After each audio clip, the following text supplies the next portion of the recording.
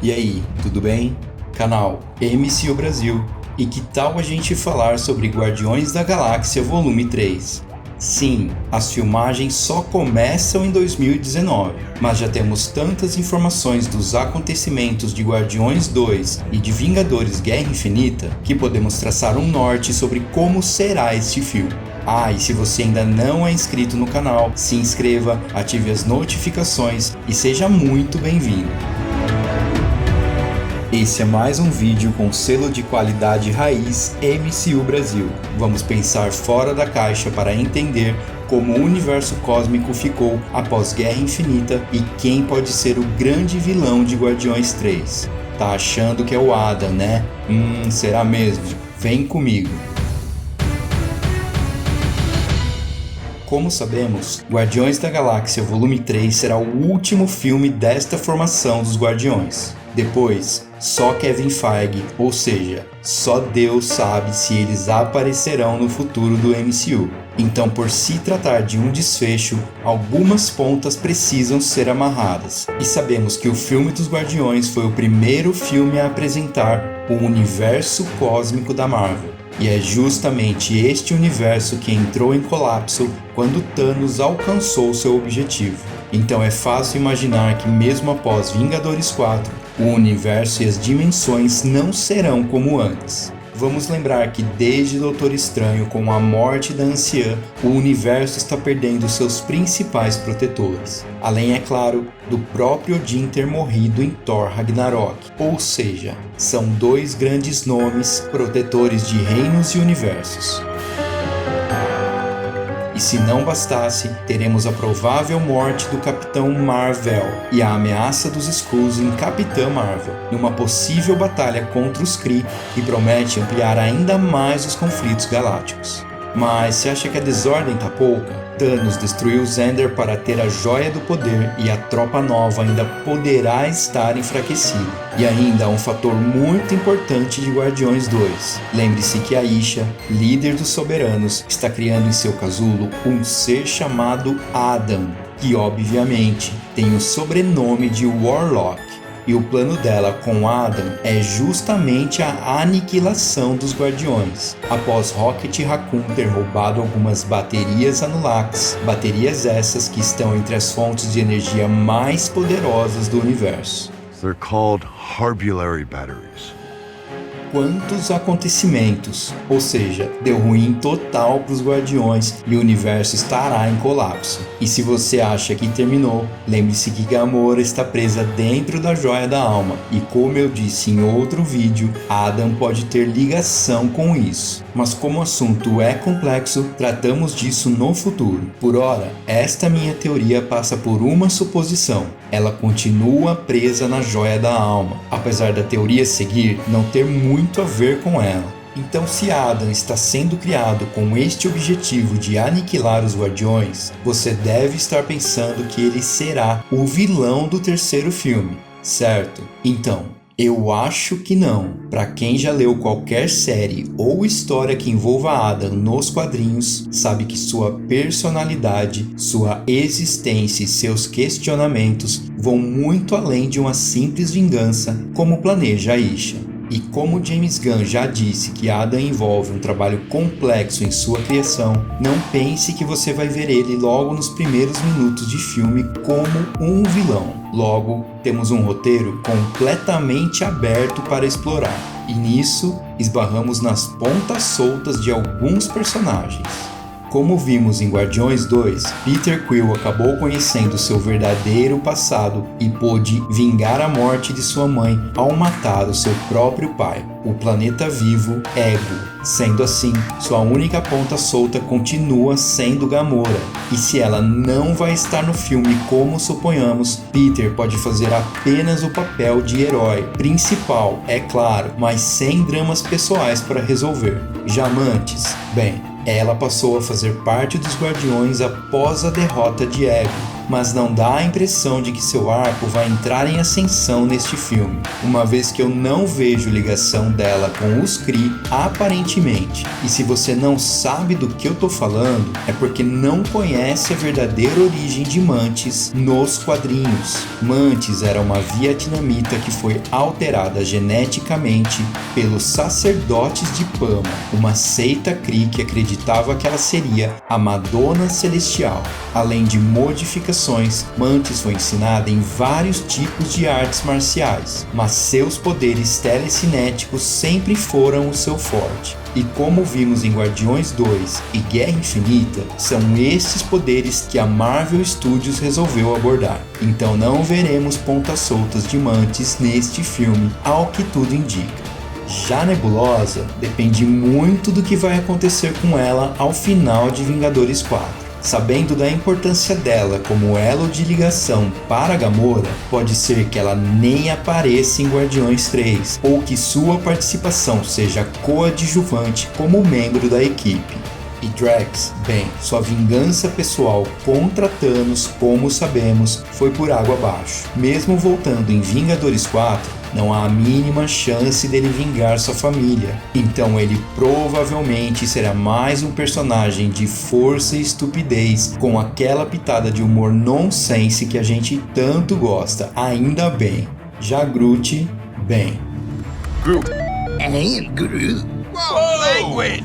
Então está faltando um personagem, talvez o mais enigmático dos Guardiões, Rocket Raccoon. Sim, o Trash Panda que até agora só foi humilhado e tem um passado bem triste e pesado. E essa com certeza é uma das pontas soltas neste próximo filme. Sendo assim, é hora de cavar fundo para entender como o vilão de Guardiões 3 pode ter tudo a ver com ele.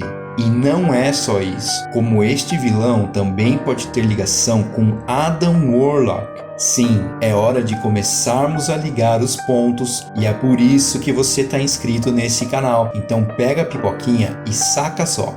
A pergunta de $1 milhão sobre Rocket Raccoon é, afinal, quem ele era? Como ele chegou a este ponto de ser modificado geneticamente e ciberneticamente? Qual a sua origem? Como ele se tornou um Trash Panda, um guaxinim? Bem, nos quadrinhos, Rocket Raccoon tem como origem o planeta Half-World, ou Meio Mundo, um mundo completamente abandonado que servia como estadia de doentes mentais e criminosos. Os doentes eram tratados por um grupo de alienígenas psiquiátricos que armazenavam todos os dados numa nave chamada Gideon. Estes psiquiatras criaram robôs autônomos para cuidarem destes doentes mentais, mas foi quando o financiamento para o projeto acabou que estes psiquiatras abandonaram o meio mundo, deixando o planeta inteiro nas mãos desses robôs. Com o passar do tempo, os robôs autônomos se tornaram sencientes, e foi aí que começaram a fazer experimentos científicos de engenharia genética com animais, com o objetivo deles tomarem o seu lugar no futuro. Novas raças foram criadas, outras geneticamente alteradas e ciberneticamente sofreram implantes, e assim surgiu o Rocket Raccoon nos quadrinhos. Esta história de origem pode ser contada desta maneira em Guardiões 3, com alguns pontos-chave alterados, acredite, para pior. Se tudo isso que acontece nos quadrinhos já é chocante, o próprio diretor James Gunn já afirmou que nos cinemas será muito mais dark. Mas mesmo assim, convenhamos, fica muito difícil ver um grupo de psiquiatras como vilões neste filme, não é? Então todas essas perguntas passam pelo passado dele nos quadrinhos. E analisando um vilão que se enquadra perfeitamente com essa ideia de mudanças genéticas e evolução de seres, temos um nome bem forte que aposto todas as minhas fichas como o verdadeiro vilão de Guardiões 3. O Autoevolucionário. Nos quadrinhos e bem resumidamente, o autoevolucionário, também conhecido como Herbert Windham, foi um estudante da década de 1920 que realizava seus próprios experimentos genéticos envolvendo ratos no porão da casa de seus pais. Mais tarde, quando ele participou de uma conferência em Genebra, Windham foi abordado por um inumano disfarçado que deu a ele alguns segredos para desvendar códigos genéticos de seres vivos e, como resultado, acabou criando um soro que permitia a alteração genética. Mas seu trabalho controverso o levou a ser expulso da Universidade de Oxford. No entanto, Windham se juntou a outro colega cientista chamado Jonathan Drill para continuar seu trabalho e assim montaram uma base científica na montanha Wundagore, onde ali começou a evoluir vários animais locais que se tornaram meio homens e meio animais. Ele batizou essa nova espécie de Novos Homens, que posteriormente começaram a se referir a Windham como Senhor Autoevolucionário. E é agora que juntamos as pontas. Todo filme da Marvel precisa ter um vilão à altura de seus heróis, e com este passado de modificações genéticas de Rocket Raccoon, o autoevolucionário cairia como uma luva. Obviamente que no MCU, a origem do autoevolucionário pode ser outra, como um ser alienígena de fato e não um humano. Afinal, como sabemos, a Marvel Studios tem uma certa liberdade poética para fazer isso, e pelo menos no meu ponto de vista, suas alterações até agora estão bem condizentes. Afinal, não dá para ser 100% fiel às HQs. Então o autoevolucionário pode ser o líder do meio mundo, que assim como nos quadrinhos, será obcecado pela evolução das espécies. E isso leva o autoevolucionário diretamente para um ser que está sendo criado num casulo, quase pronto para nascer. Adam.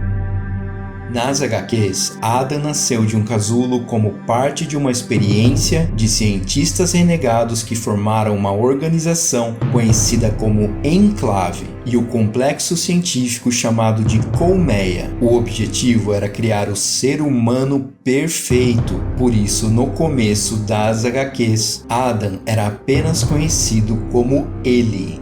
O Quarteto Fantástico investigou o Enclave, mas ele acabou fugindo, destruindo o complexo e indo para o espaço, se envolvendo em um casulo novamente para se proteger. Quando foi atingido por um asteroide, Vigia o salvou e o enviou de volta à Terra. O casulo então ficou em poder de militares que resolveram chamar deuses asgardianos para ajudá-los a descobrir do que se tratava. Nesse tempo ele volta à vida e, ao ver Lady Sif, decide tomá-la como sua companheira.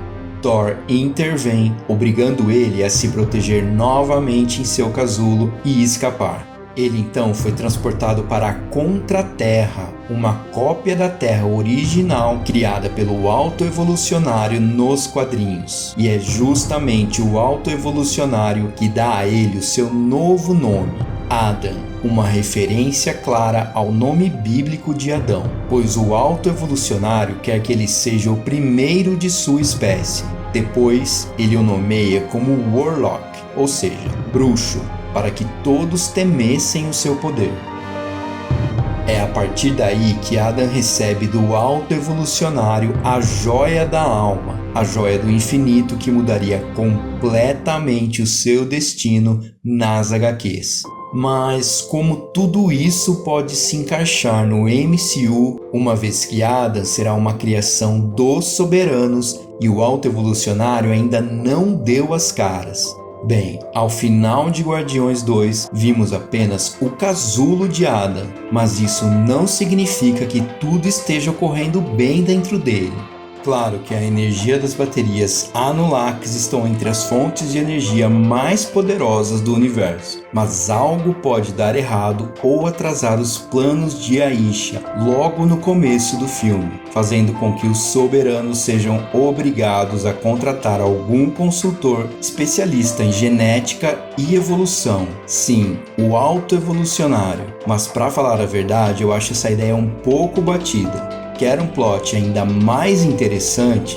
Como líder do meio mundo e obcecado pela evolução e experiências genéticas e cibernéticas, o autoevolucionário pode aparecer como vilão dos próprios soberanos. Afinal, se ele acaba conseguindo a informação de que os soberanos possuem em seu planeta um casulo com uma criação única e alimentada pelas fontes de energia das Anulax, o autoevolucionário pode muito bem raptar este casulo, levar para o meio mundo e assim o batizar de Warlock, Adam Warlock.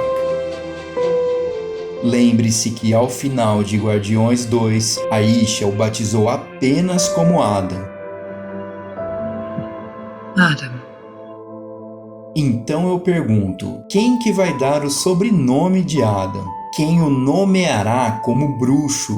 O mais provável seria realmente o autoevolucionário. E mantendo o protagonismo no autoevolucionário, Adam como plano de fundo na trama pode ser confirmado até nas palavras do próprio James Gunn em relação ao personagem, quando ele cita que precisa ser construído e não apenas inserido nos filmes. Tá, mas peraí, e os Guardiões e Rocket nisso tudo? Calma. É por isso que este rapto do casulo pode ser uma boa solução para a trama. Mesmo buscando vingança contra os Guardiões, os soberanos não conseguem encontrar outra alternativa a não ser contratar eles próprios para irem atrás do vilão no meio mundo e ter de volta sua principal criação. Afinal, os soberanos já fizeram isso uma vez para combater aquele monstro interdimensional. E uma vez levando os Guardiões até meio mundo, é justamente isso que fará com que Rocket lute contra o seu passado, revisitando todos os horrores que sofreu naquele manicômio espacial. E aí sim teríamos todos os Guardiões obcecados por vingança contra o autoevolucionário, o vilão que fez com que Rocket se tornasse o que ele é hoje. Mas agora você se pergunta, é possível que o autoevolucionário seja o portador da joia da alma no filme, para depois, assim como nos quadrinhos, entregar para Adam Warlock? Eu acho pouco provável, pois tudo depende dos destinos das joias ao final de Vingadores 4. Mas uma coisa é certa, de uma maneira ou de outra, a joia da alma deve ser colocada na testa de Adam até o final do filme. Depois deste final com Adam e a joia da alma juntos, pode ter certeza de uma coisa: assim como nos quadrinhos, o universo cósmico do MCU nunca mais será o mesmo. Bom, eu espero que vocês tenham gostado desta teoria envolvendo o vilão de Guardiões da Galáxia, volume 3, e o tão aguardado nascimento de Adam. Lembrando que nos quadrinhos, o autoevolucionário é considerado o maior geneticista da Marvel. Logo, a ligação entre o passado de Rocket e o nascimento de Adam pode passar justamente pelas mãos dele. Se não explodiu sua cabeça, confesse que tem uma base sólida pelo menos, vai. Valeu, eu fico por aqui. Um abraço, até mais.